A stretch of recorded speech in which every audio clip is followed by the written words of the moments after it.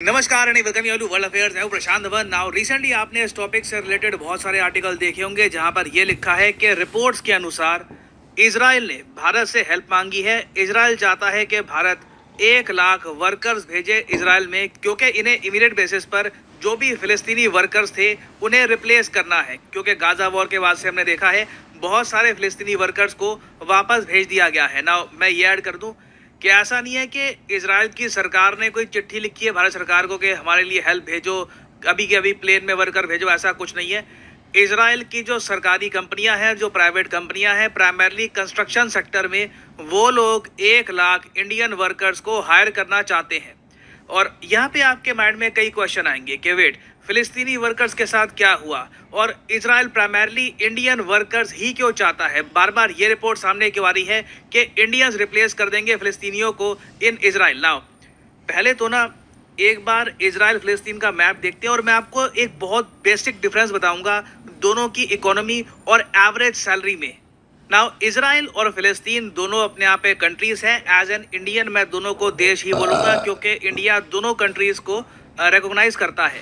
तो अब यहाँ पे आप देख पाओगे ये इजराइल है और ये यहाँ पे जो दो टुकड़े आपको मिल जाएंगे, एक तो गाजा पट्टी और वेस्ट बैंक, दोनों को मिलाकर बनता है फिलिस्तीन देश। नाउ इजराइल और फिलिस्तीन बिल्कुल एक लोकेशन पे आपको मिलेंगे, मगर लिविंग स्टैंडर्ड्स की अगर मैं बात करूँ ना, इजराइल और फिलिस्तीन में जमीन आसमान का फर्क है। इजराइल देखिए एक प्रॉपर डेवलप्ड इकोनॉमी है, इजराइल एक विकसित देश है। और अगर हम यूनाइटेड नेशंस का ह्यूमन डेवलपमेंट इंडेक्स देखें, जो मेरे हिसाब से एक बहुत अच्छा तरीका है चेक करने का कि एक कंट्री की ओवरऑल एवरेज पॉपुलेशन की हालत क्या है, वहाँ पर लोग कितना कमाते हैं, कितने प्रॉस्परस हैं, तो उसमें इजराइल की रैंक देख के ना आप लोग शॉक्ड रह जाओगे। अगर मैं इजराइल टाइप करूँ ना, यहाँ पे इधर आप देख पाओगे इजराइल की रैंक है 22। पता है किन कंट्री से ऊपर है इजराइल?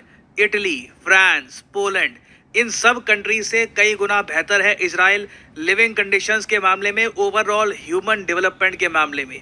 और फिर अगर हम बात करें एवरेज सैलरी की कि एवरेज सैलरी इजराइल में कितनी रहती है, तो मैं कहूँगा एवरेज सैलरी ना 2.5 से लेकर 3 लाख इंडियन रुपए के आसपास है। इतना आराम से इजराइल के लोग कमा लेते हैं। वेराज फिलिस्तीन में देखिए सिचुएशन कंप्लीटली डिफरेंट है।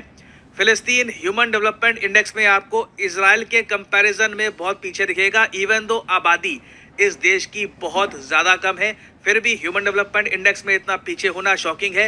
इंडिया की रैंकिंग भी काफ़ी कम है, बट अगेन हमारे जो नंबर्स हैं वो कई और ही होते हैं। 1.4 बिलियन, तो दुनिया का सबसे पॉपुलेटेड कंट्री कहते हैं आज के समय इंडिया को। तो एक बड़े कंट्री में ऑब्वियसली आपको ह्यूमन डेवलपमेंट इंडेक्स के इश्यूज दिखेंगे, बट छोटे कंट्रीज में यूजुअली माना जाता है कि ह्यूमन डेवलपमेंट काफ़ी हद तक हो जाती है। बट फिलिस्तीन में ऐसा हुआ नहीं है।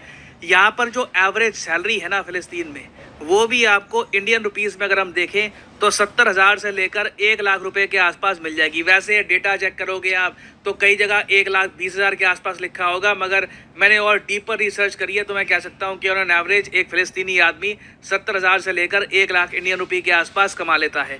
ना हमें एक बार को लग रहा होगा कि बहुत ज़्यादा अच्छी सैलरी है इंडिया में, 1 लाख रुपए हर महीने आप कमा रहे हो तो बहुत अच्छा है, मगर हमारे यहाँ उसके हिसाब से चीज़ें भी काफ़ी सस्ती है, रिलेटिवली सस्ती हैं। और एक इंटरेस्टिंग बात यह है कि फिलिस्तीन के लोग जो थोड़ा बहुत लिविंग स्टैंडर्ड मेंटेन कर भी पाते हैं, जो 70,000 रुपये 1 लाख के आसपास की जो सैलरी की मैं बात कर रहा हूँ, वो पॉसिबल तभी हो पाती है जब इनके वर्कर्स बड़ी संख्या में, लाखों की संख्या में इजराइल में जाते हैं वर्क परमिट लेकर और काम करते हैं। जी हाँ, इजराइल फिलिस्तीन के रिलेशंस जैसे भी हो, तब भी फिलिस्तीन के लाखों लोग हर साल जाते हैं इजराइल में, यहाँ पर काम करते हैं, पैसा कमाते हैं और वापस जाते हैं। और इसी तरीके से फिलिस्तीन में कई घर चलते हैं और ओवर द ईयर्स इनकी जो एवरेज सैलरी है वो भी ठीक ठाक रही है, क्योंकि इजराइल में सिंस लेबर लॉ स्ट्रांग है, एक डेमोक्रेटिक कंट्री है इजराइल, तो यहाँ पे मिनिमम वेज का भी सिस्टम है, तो वर्कर्स ठीक ठाक यहाँ पर कमा लेते थे। मगर जब से इजराइल और हमास की वॉर स्टार्ट हुई है ना, उसके बाद से हमने देखा है कि इजराइल ने हजारों लाखों फिलिस्तीनियों को वापस अपने देश में भेज दिया है। रीज़न क्या है?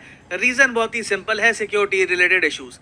इजराइल की सिक्योरिटी एजेंसीज को डर ये है कि जो फिलिस्तीनी नागरिक वर्कर परमिट लेकर काम कर रहे हैं इजराइल में, जो अभी इजराइल बॉम्बिंग कर रहा है गाजा की, वो सब देखकर अगर मान लो उनमें से कोई वर्कर बहुत गुस्सा हो जाते हैं, कुछ वायलेंस कर देते हैं इजराइल में, तो इससे इजराइल के जो नागरिक हैं उनकी सेफ्टी पे खतरा आ जाएगा। तो इसलिए बहुत सारे फिलिस्तीनी वर्कर्स को वापस भेज दिया गया इनके देश में। अब ऑब्वियस सी बात है, इन वर्कर्स को रिप्लेस करना काफ़ी इंपॉर्टेंट है। ऑलरेडी मैं आपको बता चुका हूँ एक प्रीवियस वीडियो में इजराइल की इकोनॉमी इस वक्त गिर रही है। यहाँ पे आप देख पाओगे, इस पर मैंने वीडियो अपलोड करी थी करीब 8 दिन पहले। इजराइल की जो इकोनॉमी है ये 11% श्रिंक कर गई है। ये बात रिसेंटली बताई है यूएसए की इन्वेस्टमेंट फर्म जेपी मॉर्गन ने। यहाँ पे आप देख पाओगे Israel's economy set to shrink 11% as Hamas war escalates. और इसका रीजन क्या है? देखिए, रीजन प्राइमरली ये है, पहली बात तो वर्कफोर्स की शॉर्टेज। दूसरा इशू ये भी है, इजराइल भी ऐसा नहीं है कोई बहुत बड़ी आबादी वाला देश है। इजराइल की टोटल पॉपुलेशन है 90 लाख के आसपास, 90 लाख 1 करोड़ के बीच में इनकी आबादी है। और सिंस इनकी आबादी इतनी कम है तो इनकी मिलिट्री को एक्टिव रखने के लिए, मिलिट्री के नंबर्स हमेशा बना के रखने के लिए यहाँ पे कॉन्स्क्रिप्शन का सिस्टम है। मतलब कि एक सर्टन एज के बाद आपको मिलिट्री ट्रेनिंग दी जाएगी, उसके बाद आप अपना जो भी काम करना है, पढ़ाई करनी है, यूनिवर्सिटी में कहीं पर पढ़ना है, वो सब आप कर सकते हो। हाँ, याद रहे, बीच में अगर मान लो चिट्ठी आ जाती है कि देश की सेवा करने का टाइम आ गया है, आपको बस अपना बैग पकड़ना है और बॉर्डर की तरफ चल देना है। आपको जो इजराइल की आर्मी है वहाँ पे एनलिस्ट कर लिया जाएगा। और सिंस आज के समय इजराइल एक बहुत ही बड़ा ऑपरेशन कैरी आउट कर रहा है गाजा में, इजराइल में ऑलरेडी बहुत सारे जो वर्कर्स थे वो मिलिट्री पर्सनल में कन्वर्ट हो गए, क्योंकि नंबर्स इजराइल की मिलिट्री को चाहिए थे। वो जो नंबर्स हैं इनके लोगों से ही आए हैं। तो वर्कर्स की जो शॉर्टेज है ना इजराइल में, इसकी वजह से प्रॉब्लम्स आ रही है। इनकी जो कंपनीज है सफर कर रही है। देखो, मैं आपको ना पहले बता दूं कि प्रॉब्लम क्या है। मैंने उनको कई बार समझाने की कोशिश की, जो भी बंदा था, या तो वो समझना नहीं चाह रहा, वो हर बार ना ये कह रहा है कि आप इंटरनेट देते हो, आपकी साइड से प्रॉब्लम है हर बार, क्योंकि ऐसे ही होता है। अभी मैं एक्चुअल पॉइंट क्या है उसमें बताता हूँ। देखो, जिस पोर्ट पे वो प्रिंटर लगा हुआ था पहले वो चल रहा था, ठीक है, अभी वो नहीं चल रहा है। पिंग भी कर रहे हैं, पिंग भी नहीं चल रहा है। तो उसी पोर्ट पे मैंने किचन के अंदर जो प्रिंटर रखा हुआ था वो लगा के देखा, लेकिन वो तो चल रहा है उसी पोर्ट पे, और वो बड़ी संख्या में जल्दी से ठीक जल्दी है। इजराइल आ पाए। हाँ, दूसरे प्रिंटर में सेम आईपी कॉन्फ़िगर करके उसको पिंग करके देखना चल जाएगा, क्योंकि पोर्ट में दिक्कत नहीं है। मैंने पोर्ट को टेस्ट कर लिया है। पोर्ट में कमाते थे ऑब्वियसली उससे ज्यादा ही कमा रहे होंगे इजराइल में। हालांकि आप एक बार वो कह सकते हैं हमास बीच बीच में जो रॉकेट लॉन्च कर देता है उसका क्या इशू, दैट इज़ ओके, वो प्रॉब्लम नहीं है। लेकिन एक बेसिक सेंस होता है समझने का कि आखिर प्रॉब्लम क्या है। जब उनको मैं बोल रहा हूँ कि इस पोर्ट पे दूसरे प्रिंटर काम कर रहे हैं जो किचन में रखे हुए हैं, वो काम कर रहे हैं, वो पिंग भी हो रहे हैं, उन पे प्रिंट भी आ रहा है। काफी सेफ है। जो एक बार को इन पे अटैक हुआ था 5000 रॉकेट्स का, लगता नहीं है कि सिमिलर अटैक फिर से होने वाला है। और इसके बाद एक क्वेश्चन आप ये भी पूछ सकते हैं, MAC address, okay I understand, MAC address नहीं हो सकता है, लेकिन पिंग भी तो नहीं होना चाहिए। पिंग तो होना चाहिए एटलीस्ट, काम नहीं करना चाहिए पिंग का जो एक वर्क रिलेटेड एग्रीमेंट है इंडिया के साथ, ये कर सकते हैं at a very fast notice. ऐसे रिलेशंस इजराइल के किसी अफ्रीकन कंट्री के साथ नहीं है। यूरोप से ऑब्वियसली वर्कर्स निकलते नहीं हैं, यूरोप से स्किल्ड लेबर निकलती है। सेम केस रशिया का है। यहाँ पर भी आप देखो साउथ अमेरिका से भी इतने वर्कर्स निकलते नहीं है। प्राइमरली आप कह लीजिए जो लेबर है आज के समय वो इंडिया से ही आ रही है। चाइना का भी सेम केस है, चाइना से भी ये अफोर्डेबल लेबर आने की जरूरत नहीं पड़ेगी। अगर ऐसे हो जाता है तो काम ठीक है, नहीं तो फिर मैं आ जाऊंगा। इजराइल के लिए इंडिया एक परफेक्ट कंट्री है। पाकिस्तान, बांग्लादेश को ये अवॉइड करेंगे क्योंकि दोनों कंट्रीज इजराइल को officially as a country accept करते नहीं है। तो इंडिया एक ऑब्वियस चॉइस। इंडिया की लेबर थोड़ा बहुत इंग्लिश भी समझ लेती है। ओवरऑल दोनों कंट्रीज के रिलेशंस भी काफ़ी स्टेबल है। तो ऐसा नहीं है कि कल को इंडिया की लेबर को भी वापस लाना पड़ेगा, कुछ इशू हो जाएगा। सो इसलिए बहुत सोच समझ कर ही इजराइल की जो बिल्डर्स एसोसिएशन है ये इंडिया के साथ एक डील करना चाहती है। और अगर यहाँ पे आपका क्वेश्चन है कि क्या इस सब से इंडियन इकोनॉमी पे कोई बड़ा इम्पैक्ट आएगा कि 1 लाख वर्कर्स हमारे जा रहे हैं इजराइल में, मैं कहूँगा नहीं।